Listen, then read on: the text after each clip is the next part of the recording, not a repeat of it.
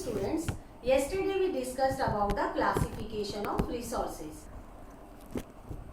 Today we will discuss the remaining part of this topic.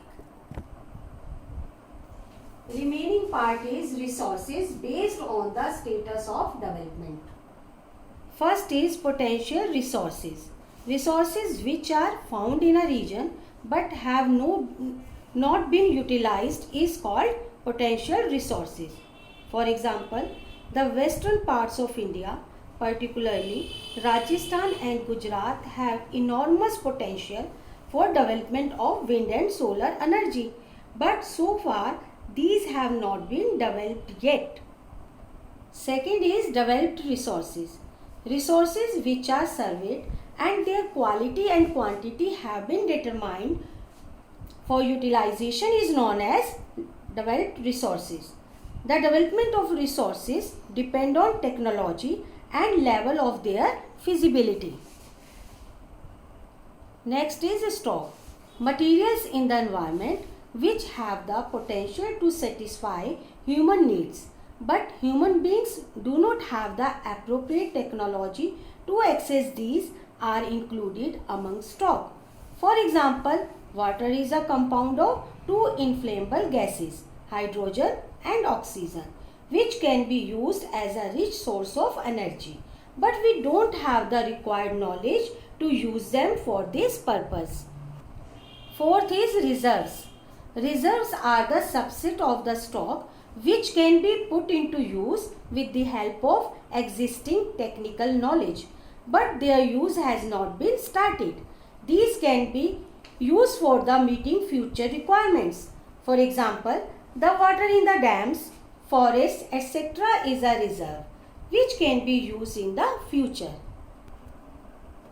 Next topic is development of resources.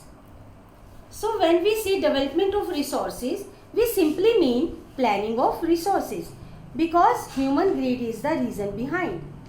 Depletion of resources and the speed in which we are consuming these resources is soon going to be exhausted.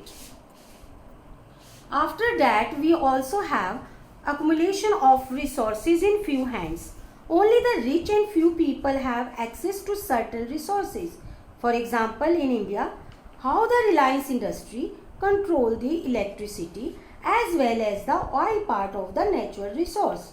Similarly, we have the Tata Steel and few other competitors to control the iron part of it.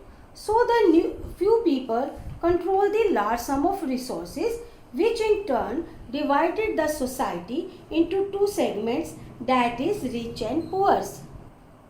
It is important to note that global warming, ozone layer depletion, environmental pollution all are caused because of unthoughtful utilization of resources. So all these problems cause for a proper planning for resources, and with that it brings us to a new topic, resource planning in India. Resource planning is a complex process. For that we need to identify where the resources are located in the country. We need to do some survey and mapping or the quantitative estimation. So the Geological Survey of India does this work. So with the help of satellite and the other forms of technology, it prepares the estimation to how much of certain minerals or resources available. For example, what is the quantity of resources left in our country or what grade of coal do we have? Because you see, these all are important. These all are determine the cost of the resources in the international market and needs to have proper technology, skill and institutional setup for implementing resource development plans. Next is conservation of resources. So overutilization of resources may lead to the social, economic and environmental problems. To overcome these problems, just like resource planning is important, we also need to do resource conservation. This is all about the resource planning in India. Tomorrow we will take the next topic, land resources.